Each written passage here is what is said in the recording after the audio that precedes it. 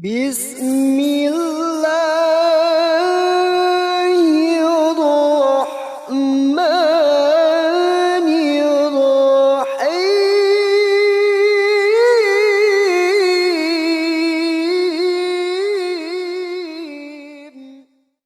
Rumah tangga itu tetap terus dijaga, jangan sampai sedikit masalah keputusannya atau ujung-ujungnya selalu cerai. Selanjutnya,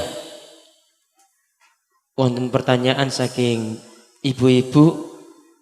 Iya, monggo Bu Lupi. Assalamualaikum warahmatullahi wabarakatuh. Waalaikumsalam warahmatullahi wabarakatuh.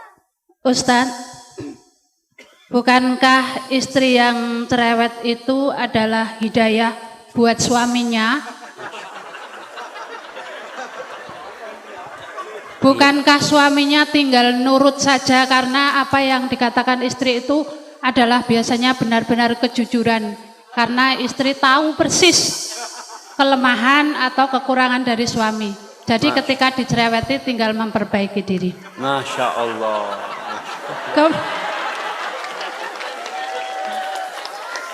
Kemudian kadang-kadang bukan istri yang tidak atau kurang bersyukur, tetapi suami itu senang dipuji. Padahal kata Ustadz Abdul Tuasikal, ketika ada yang memuji supaya dilempar dengan pasir kayak nggak salah. Apakah seorang istri juga karena suami butuh dipuji, apakah boleh memuji, dan bukankah pujian itu juga merampas haknya Allah bagi para suami yang senang-senang dipuji itu? Masya Allah. Kemudian, Loh, berapa pertanyaannya Ustaz? Ustadz, dolim itu boleh dibalas dengan dolim kan? Kalau suami mecah piring, bolehkah istri juga memecahkan piring? Masya Allah. Iya. Yang terakhir, Wah, ini sekawan ini Bu. bukankah yang bisa berjumpa dengan Allah itu adalah orang yang qalbun salim? Kemudian bagaimana caranya untuk bisa qalbun salim? Lalu apa yang menyebabkan tiba-tiba tidak bisa jadi sholat malam? Lalu apa yang menyebabkan sholat tidak khusyuk? Billahi taufiq wal hidayah. Wassalamualaikum warahmatullahi wabarakatuh. Waalaikumsalam warahmatullahi wabarakatuh. Berarti ibu tinggal satu pertanyaan lagi. Iya. Assalamualaikum warahmatullahi wabarakatuh. Waalaikumsalam warahmatullahi wabarakatuh. Saya mempunyai 3 pertanyaan. Sama Yang- lagi Ustaz. Setunggal mawon. Nggih, monggo. Monggo. Yang pertama, bagaimana cara menyembuhkan penyakit dengan menggunakan ayat-ayat Al-Quran? Yang kedua, bagaimana cara menghadapi orang yang suka mengadu domba?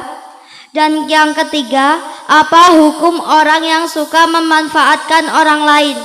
Demikian, terima kasih atas jawabannya. Wassalamualaikum warahmatullahi wabarakatuh. Waalaikumsalam. Satu lagi dari Bapak wonten?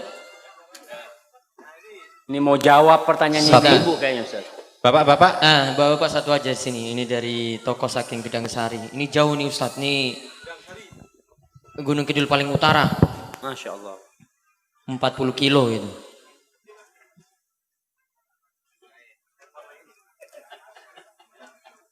Oke, setunggal mawon Pak. Diringkes. Ustaz. Nggih. Assalamualaikum warahmatullahi wabarakatuh.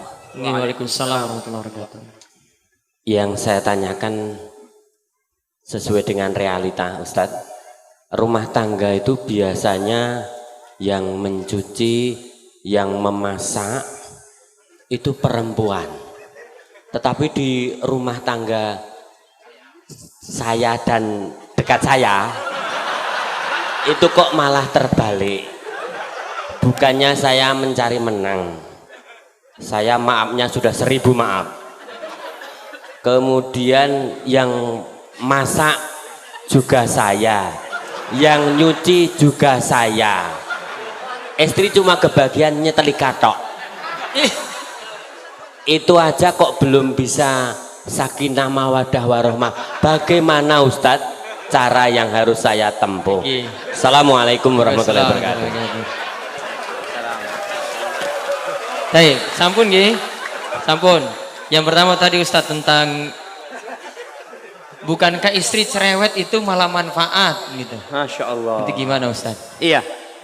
Iya, pertanyaan yang sangat indah sekali ya. Karena memang salah satu yang menyebabkan kesalahan itu berulang kali terjadi karena kita beranggapan itu tidak salah. Kita menganggap itu benar.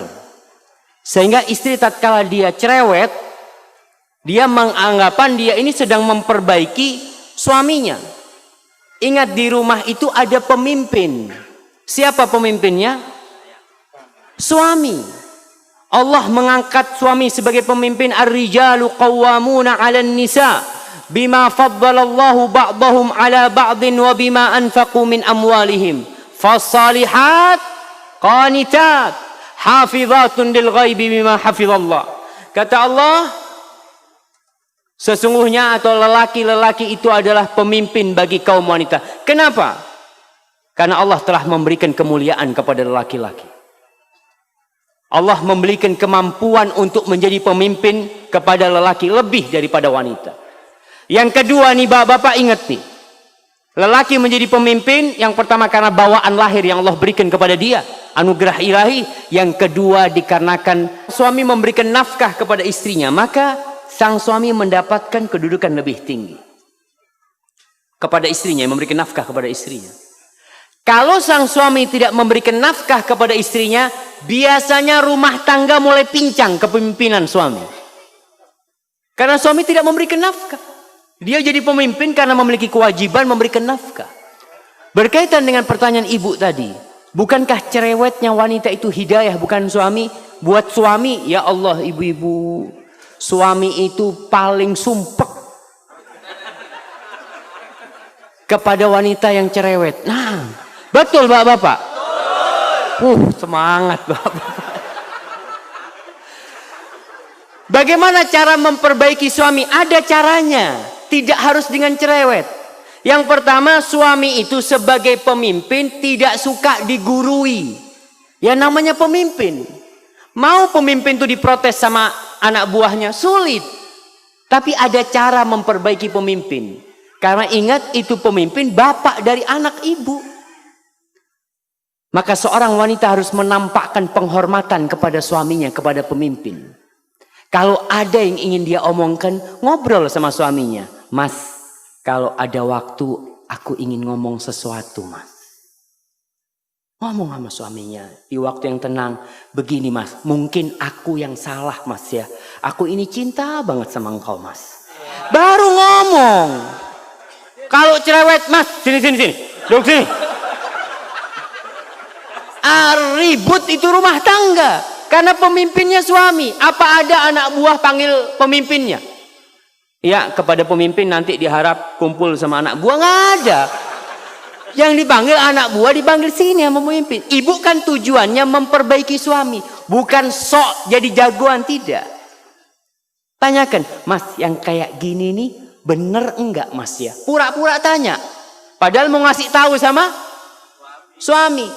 Enggak masalah dengan cara seperti itu. Mudah-mudahan suaminya jadi ngerti.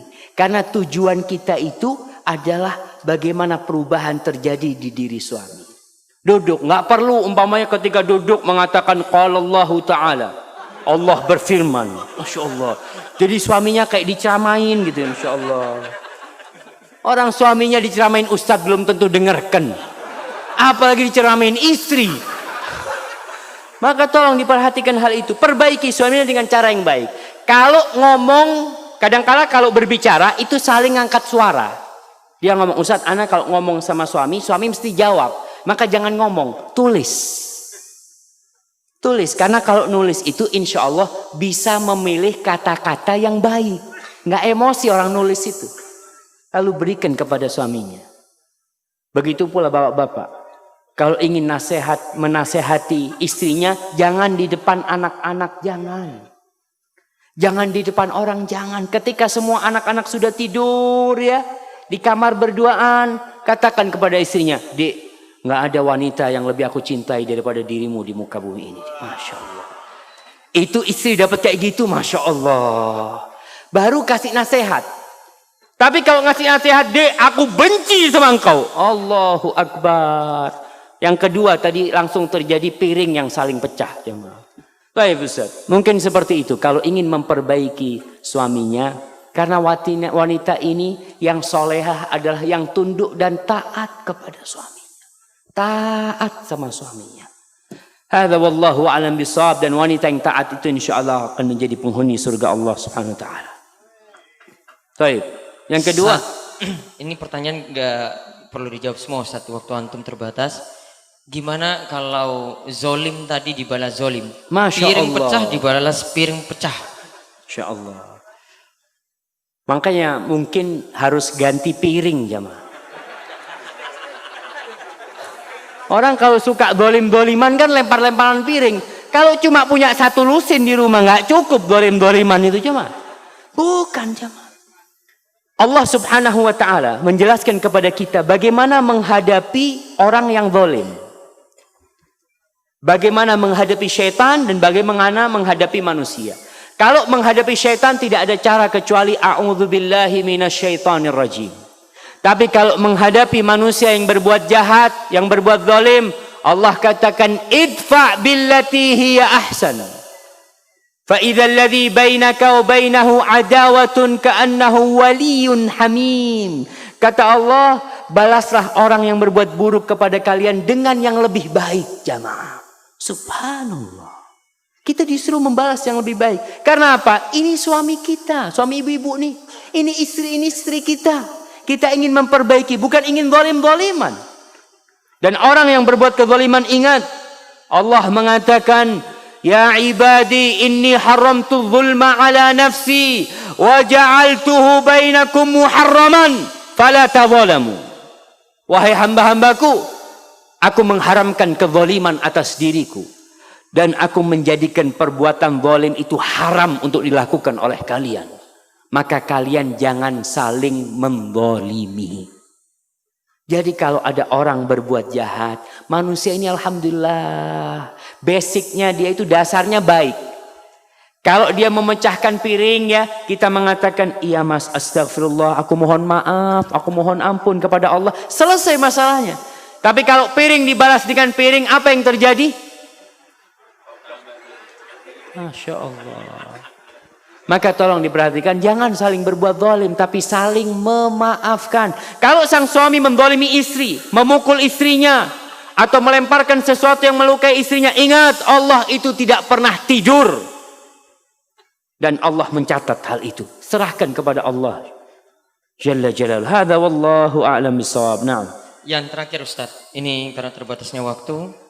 Yang tadi pertanyaan tentang rumah tangga, malah suami yang nyuci, yang masak, istri cuma dapat nyetrika saja. Nyetrika.